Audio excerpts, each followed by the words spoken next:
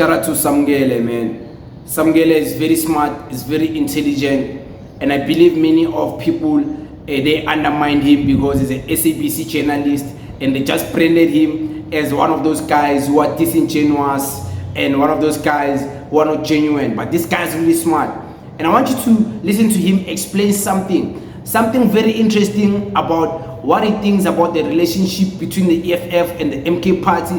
Does he think the EFF, Julius Malema, or the MK party, Jacob Zuma, will ever unite with all of this rivalry happening and with all the history these two politicians come from? Does he think they will ever unite? And then he explained it very beautiful. He explained it in a very beautiful way. And I want you to listen to him. I don't want to get in his mouth. He's going to explain himself.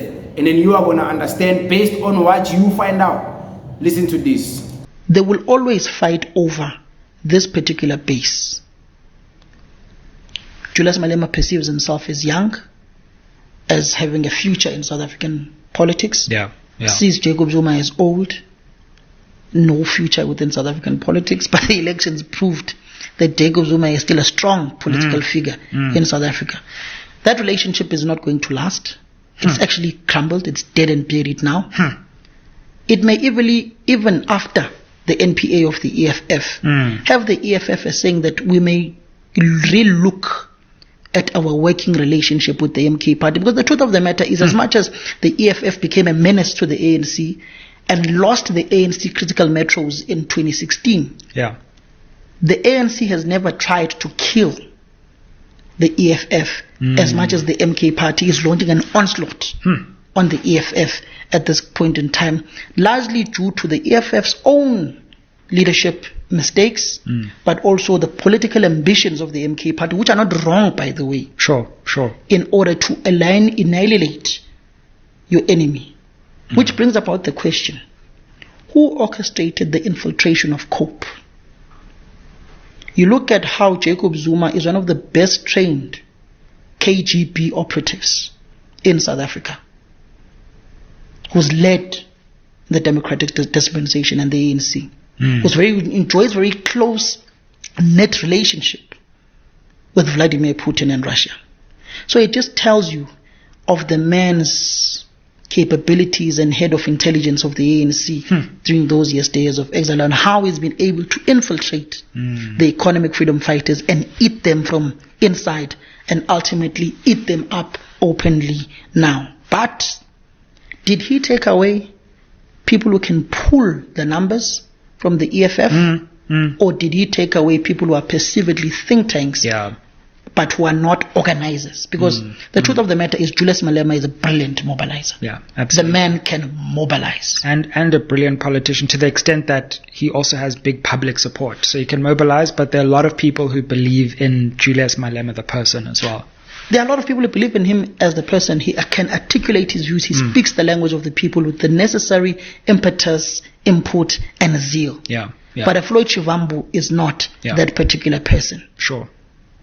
Advocate Dalimbofu is not that particular person. Busisiwe Mkhwebane, Brian Molefe, and all of these other former bureaucrats that the EFF has gotten into their ranks are not those kind of people. Who go to a province like KwaZulu-Natal, Tobani Zuma in the Moses Mabhida region, Mkungulovu district, former convener of the MK party. He's a mobilizer, but he's no longer there within the structures of the MK.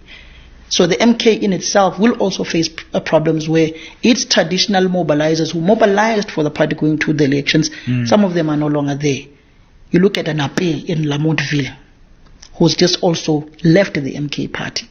So they also have their own internal challenges, but the EFF became short-sighted in something they could see was coming and did not look at preventing it. So that relationship at the NPA will be a strong debating point. You look at Dr. Mcini Mchako, he was very open that you need to kill this particular relationship. You look at Dunga and Gauteng, they kill this relationship. Those are some of the support, some of the leaders of the EFF who've openly said, no, this is not it. Some of them whom we speak to openly say that maybe we should just cut ties with this MK party, move out of this progressive bloc, stand alone, and see how we navigate going forward. It also brings to mind for me that if the EFF decides to break away from this MK progressive caucus bloc, that could be good for the ANC to the extent that then they know that, look, if the DA decides to walk for whatever reason, then you can just do a substitution here where government won't be destabilized. I don't think it's likely because I think the DA is going to stay in this coalition. But if worst comes to worst and the divisions within the coalition government come to a head between the DA and the ANC can just say, okay, fine, you can leave. And we either bring the EFF in and substitute them in, or we already have a lot of parties anyway.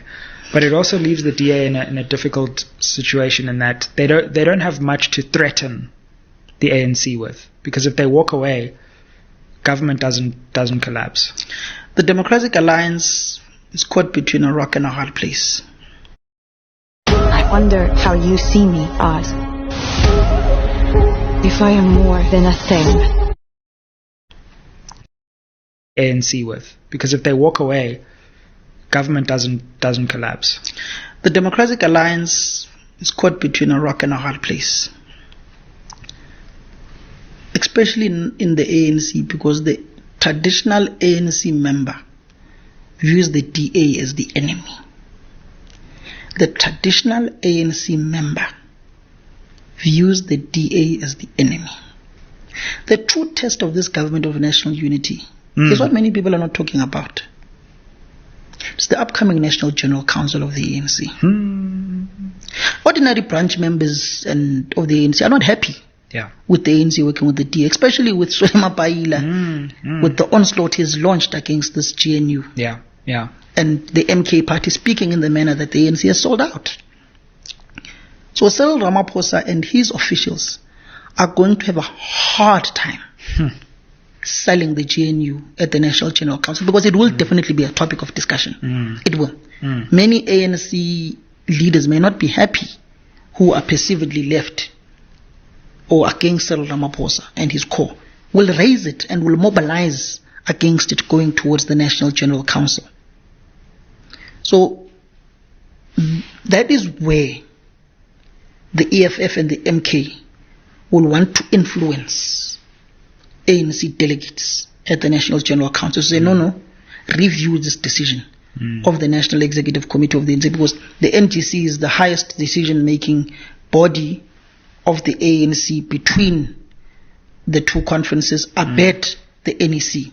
So any decision, it's the midterm review of the ANC. So at the NGC, much as it does not have powers to remove a president, but it's got powers to review the decisions made by the National Executive Committee of the ANC. So this decision can be reviewed at the National General Council.